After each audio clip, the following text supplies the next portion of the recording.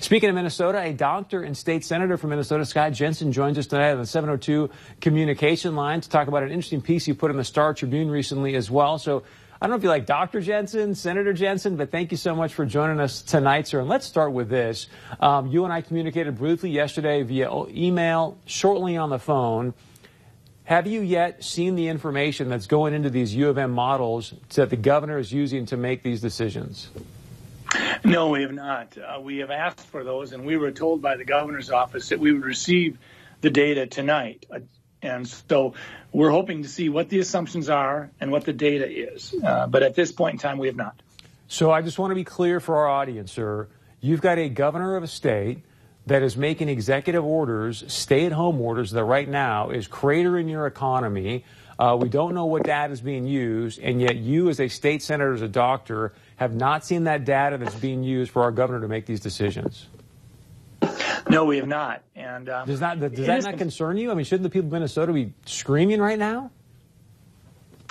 Well, I think, Minnesota nice. We want to be good soldiers in that, but I think that people are starting to say, hold it now.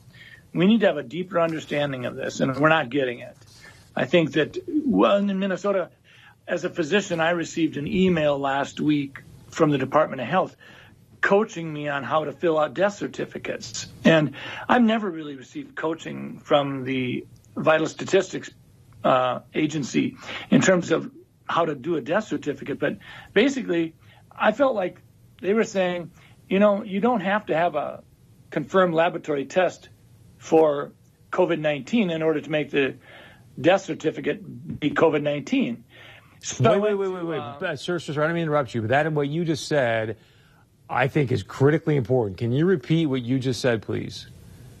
Well, last Friday, I received a 7-page document that sort of told me that if I had an 86-year-old patient that had pneumonia but was never tested for COVID-19, but sometime after she came down with pneumonia, we learned that she had been exposed to her son who had no symptoms, but later on was identified with COVID-19, that it would be appropriate to diagnose on the death certificate COVID-19. Now, we've not done that. If someone has the pneumonia and it's in the middle of a flu epidemic, and I don't have a test on influenza, I don't diagnose influenza on the death certificate. I will say this elderly patient died of pneumonia.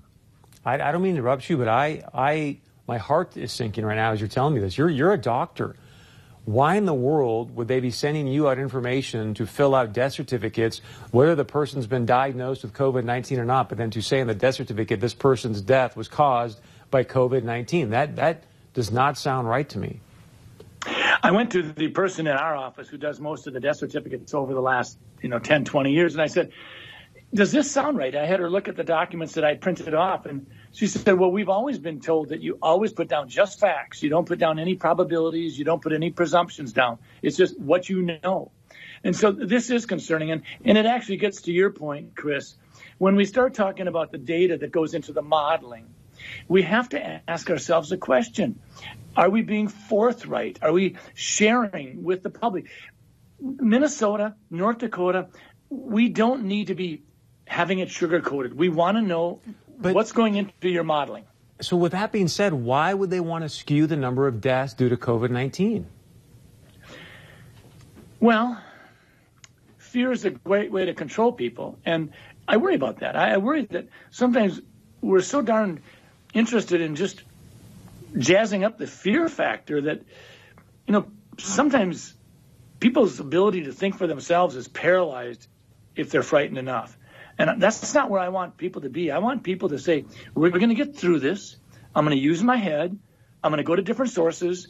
I'm going to listen to different sources. And I'm going to think for myself, because that's what America's about. Senator, if you don't mind, after this interview, if you can send me that 7-page document. And just for clarity, you were sent a 7-page document by who again? The Department of Health. Department of Health. Saying, hey, fill this out, whether they test positive for COVID. That is stunning, sir. So Governor Walz had his conference call today. One of the things he mentioned is he's going to lay out, it sounds like, some ideas or a plan tomorrow about his statewide stay-at-home order. It was supposed to end on April 10th. He is going to have some changes to that. Do you have any new information regarding that, sir? I don't, but there's certainly been a big push that we should be using more of a laser-focused approach rather than some sort of a broad-scale whack-a-mole kind of a thing. We've got landscapers and lawn preparers, and we've got dock workers and golf courses, and there's no reason to not let those people out there doing their job. And it isn't just about those occupations I mentioned. We're also talking about a tremendously revved up allergy season if we don't do these things. If we just let the weeds and the spring pollens go crazy, we're going to have a lot of kids with hay fever and asthma. And we know that the supply chain of asthmatic inhalers is potentially at risk. So we have to be very thoughtful when we do these things. Doc, I got two more things for you, sir. Since you are a doctor, I think the people at home, because you just mentioned the fear factor, there's a lot of trepidation. There's so much uncertainty right now. As a doctor, as a state senator, and you look out to the horizon, there's a lot of varying information about when you guys are going to sort of get on the other side of this. I'm not asking you to make a certain prediction, but what's your best guess? Well, I think it's going to be the end of April, but I think when we get there, I think it's going to be manageable. Our hospitals have done a wonderful job of preparing for it. And the fact of the matter is, we're not going to win this battle by kicking the can down the road. At some level, we're going to win this battle by having enough people become immune to it, by getting the disease. And it's a mild disease in 90% of the people. So the idea of minimizing this wave of the pandemic so that the next wave in the fall of the year will be greater, that doesn't necessarily make a ton of sense either. Yeah, Doc, last question. I got about 60 seconds, sir. We'd love to have you back, but I actually originally brought you on because I thought you had a fascinating piece in the Star Tribune. If we can bring this up, Christy, but it says, hey, more thoughtful lockdown rules could spare loss and suffering. It was really geared towards, look, guys, we've got to obviously put public health first, but also be concerned about our economy. 30 seconds, sir. Why should people go read this piece? Well, I think what it does is it says, listen, we're not going to have government make arbitrary decisions about what is an essential and a non-essential business.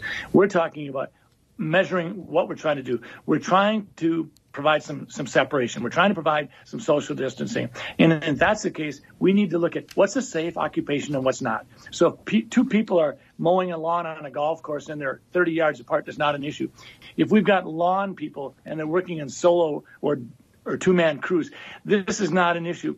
When government goes overboard, we lose our liberties, and we may never get them back. So we need to be very careful. We can do it with a more laser precision rather than just whack-a-mole. Doctor and Minnesota State Senator Scott Jensen, thank you so much for the time, Nancy. Boy, I think you made some major breaking news today, sir. And if you would, again, please email me that document, okay? I will do that. Thank you very much.